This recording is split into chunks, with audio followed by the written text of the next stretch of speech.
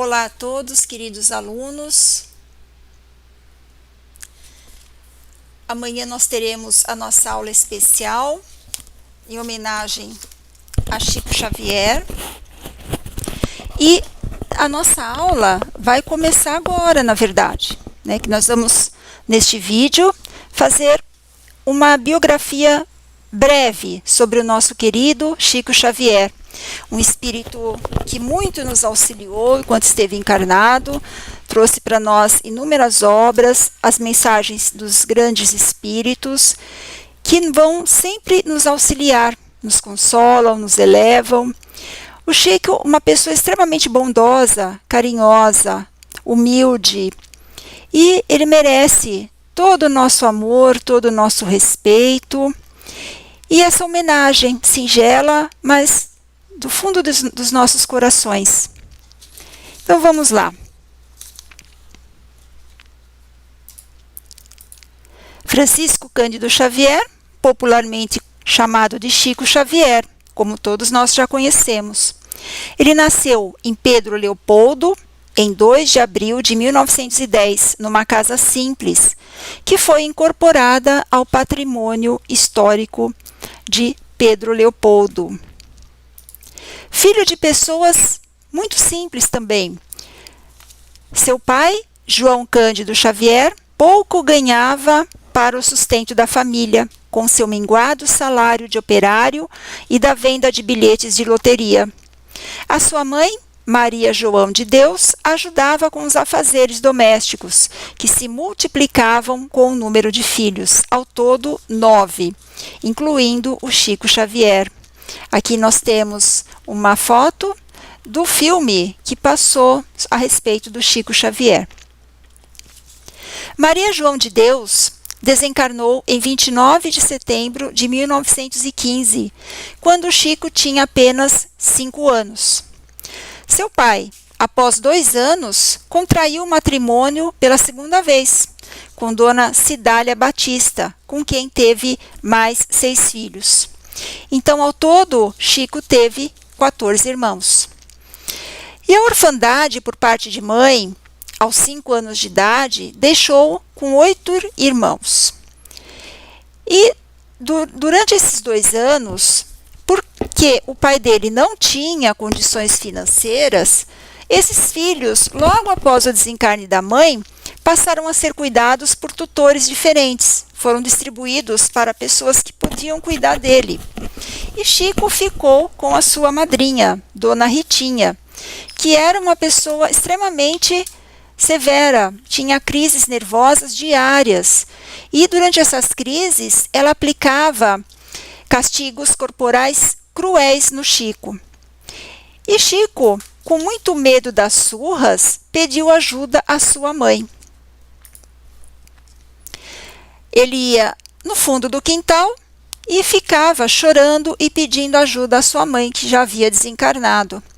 E logo o espírito da mãe, né, a sua mãe em espírito, aparecia, acalmava-o, consolava-o, dizendo-lhe que logo, logo apareceria um anjo bom que iria ajudá-lo. As conversas com espíritos ficaram conhecidas pela cidade. E por isso, o Chico foi taxado de louco e de mentiroso. Sua vida passou por um grande conflito. Por quê? Por um lado, os adultos repreendiam pelas supostas mentiras. E por outro lado, além da sua mãe, outras entidades vinham se manifestar. E seu coração já havia desenvolvido um amor por aqueles espíritos, que tão bom trato lhe dispensavam. Finalmente, o anjo bom prometido pela sua mãe apareceu. Foi quando seu pai contraiu o matrimônio pela segunda vez, né, com a Dona Cidália Batista, conhecida por todas as pessoas pela sua imensa bondade.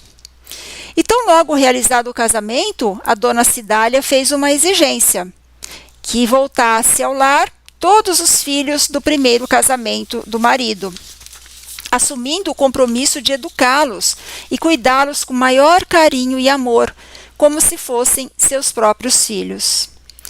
O pedido foi prontamente atendido.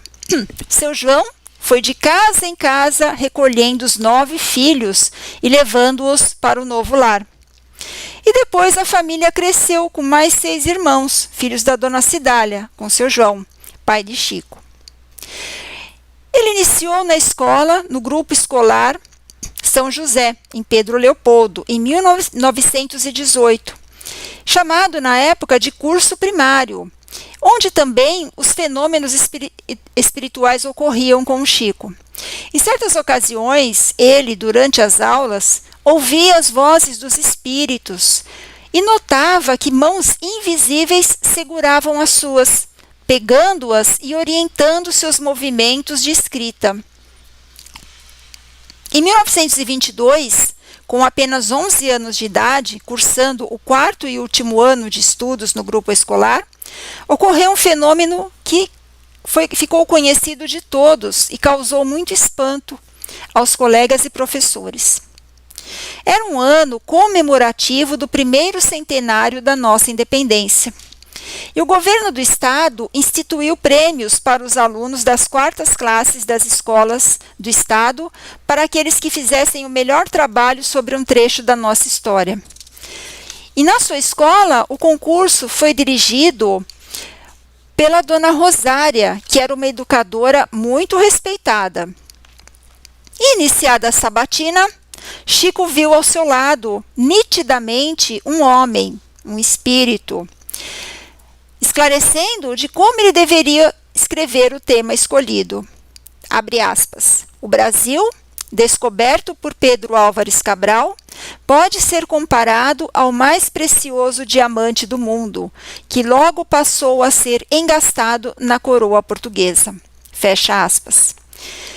Vejam, o menino de 11 anos, ele não poderia conhecer palavras dessa complexidade, por exemplo, engastado. Então, de fato, ele estava sendo orientado por um espírito. Então, nós podemos perceber também que, já na infância, Chico estava sendo preparado pelos espíritos superiores para o grande compromisso de mediunidade que ele estava assumindo, e já havia assumido no plano espiritual. A partir daí, ele seguiu-se um longo caminho, não esquecendo de falar que ele ganhou o concurso com uma menção honrosa. E a partir daí, ele seguiu um longo caminho de comunicações espirituais, mas também de grandes desafios, de acusações, de ser chamado de mentiroso. Em 1927, no dia 17 de maio, quando contava com apenas 17 anos de idade, ele abraçou a doutrina espírita.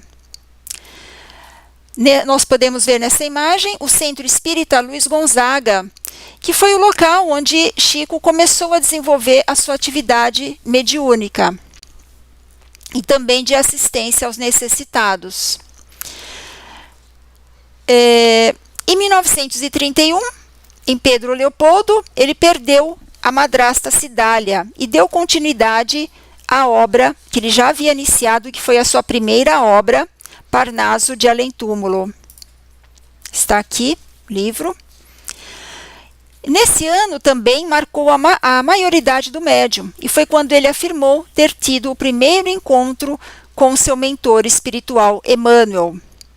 Nós estamos vendo aqui o primeiro livro, escrito por Chico Xavier, que vamos comentar um pouco sobre ele adiante, e também, do outro lado, o livro que mais vendeu do Chico, que foi O Nosso Lar, de psicografia do espírito André Luiz.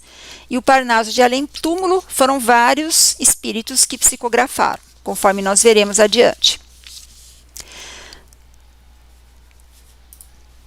Na década de 1970, ele participou do programa de televisão muito conhecido à época, chamado Pinga Fogo, da TV Tupi.